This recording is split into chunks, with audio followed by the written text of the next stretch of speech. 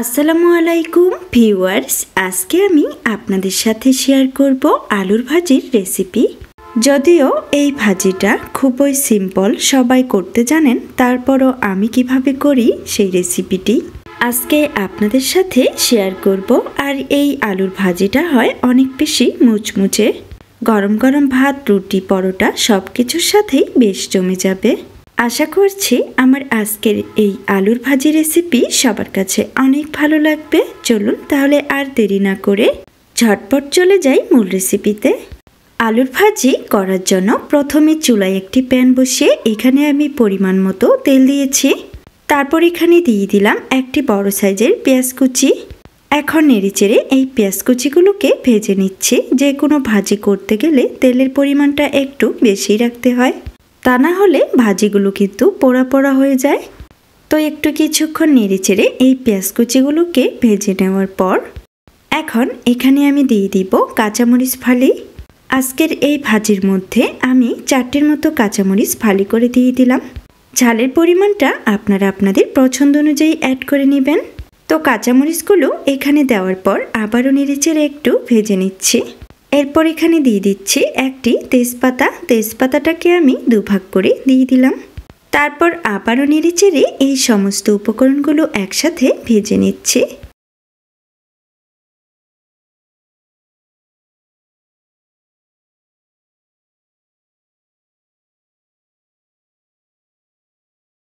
অনবরত কিছুক্ষণ নেড়েচেড়ে ভেজে নেওয়ার পর পেঁয়াজ মরিচের মধ্যে যখন হালকা একটু কালার চলে আসতে থাকবে, এই পর্যায়ে এখানে দিয়ে দিলাম হাফ চামচ পরিমাণ হলুদের গুঁড়ো। আর হলুদ গুঁড়োটা এখানে দেওয়ার পর তেলের সাথে নেড়েচেড়ে খুব সুন্দরভাবে মিক্স করে দিচ্ছি।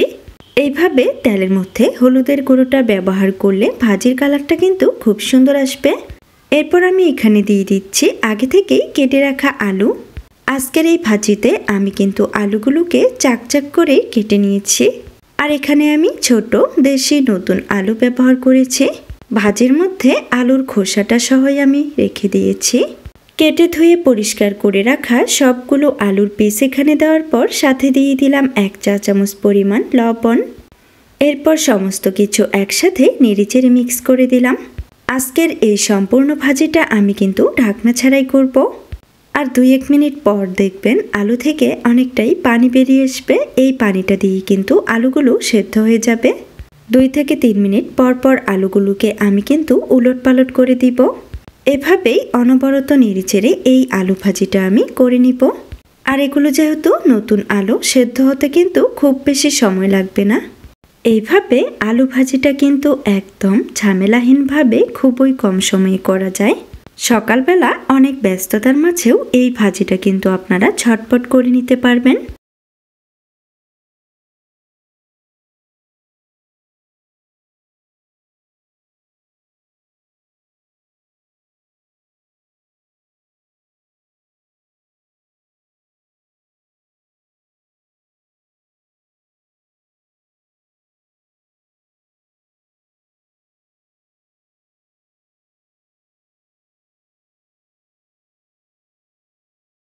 দু এক মিনিট পর পর আলুগুলোকে উল্টে পাল্টে নেড়েচেড়ে ভেজে নেওয়ার পর এই পর্যায়ে দেখুন আলুর মধ্যে কত সুন্দর একটি কালার চলে এসেছে।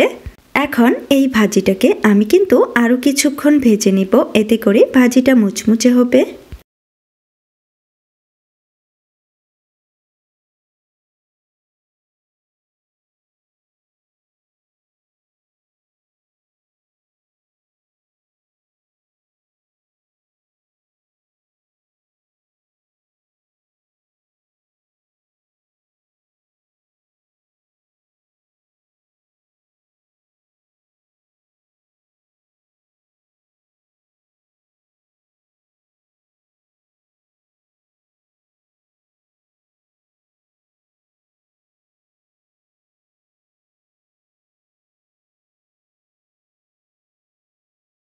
আরও কিছুক্ষণ নেড়েচেড়ে এই আলু ভাজিটা করার পর এই পর্যায়ে দেখুন ভাজির মধ্যে মুচমুচে একটি ভাব চলে এসেছে। তো এই পর্যায়ে ভাজিটাও কিন্তু আমার সম্পূর্ণ হয়ে গিয়েছে। চলুন এখন এই আলুর ভাজিটা আপনাদেরকে সার্ভ করে দেখিয়ে দিই। এটা দেখতে কত সুন্দর, পারফেক্ট এবং লোভনীয় হয়েছে। গরম গরম ভাতের সাথে এইরকম যদি আলুর ভাজি থাকে তাহলে আর কি লাগে বলুন তো। আর এই ভাজিটা খেতে এত বেশি মজাদার হয় যে আপনি একবার খেলে এইভাবেই বারবার ভাজিটা করতে চাইবেন। আলুর ভাজি খেতে কে না পছন্দ করে, ছোট থেকে বড় সবাই কিন্তু আলু ভাজির ভক্ত। আর ভাজিটা যদি এইভাবে করে নেওয়া যায় তাহলে খেতে আরও অনেক বেশি মজাদার হয়। আমার বাসায় এই আলুর ভাজিটা সবাই অনেক বেশি পছন্দ করে, তাই আপনাদের সাথেও শেয়ার করলাম।